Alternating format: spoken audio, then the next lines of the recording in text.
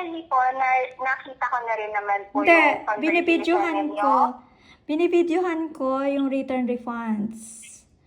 Did Okay not, po. did not receive. Missing item and the parcel delivered. Yun naman kasi ang tama. So, refund only. Dito, so hindi ito.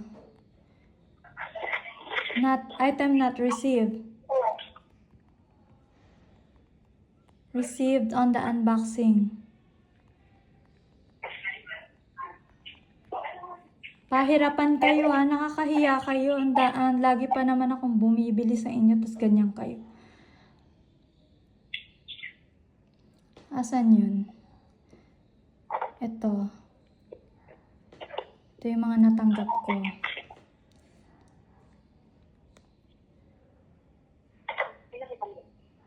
Unfair kasi, tapos tatanungin ako ng Jess kung saan ako malapit. Tapos wala naman kayong gagawing ano may tutulong ng Lazada nyo? Bali ba pag mga ganyan po talaga, within the platform po kasi Ayan talaga. ina-upload ko nga. Hindi, tumawag ako sa Lazada eh. Sinabi nila yung account nyo may problem. Yung account nyo may problem, nag-error. Sabi po ni Lazada, yung account daw po namin yung may problem. Yes. Nakita mo ba yung yung calls ng nakita mo ba yung call logs? Ito. Nakita mo ba yung call Wala po logs? kayo nag-usap, wala po tayong screenshot na galing from them that they are saying na yung account po namin ang may problem. Ano mo yung pinag-usapan namin, yung conversation namin. Calls yun eh. Okay ka lang?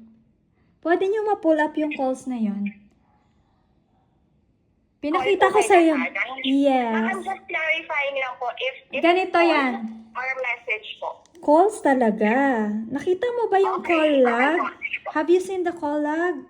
I Yes, ma'am. I'm still I checking po. sent it to you, 0289814939.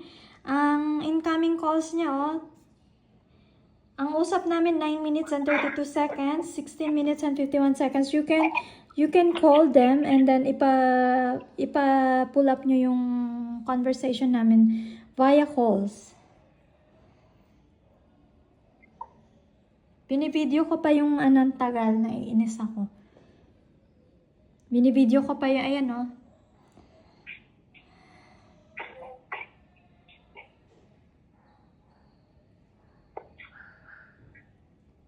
Kay ang name mo, 'di ba?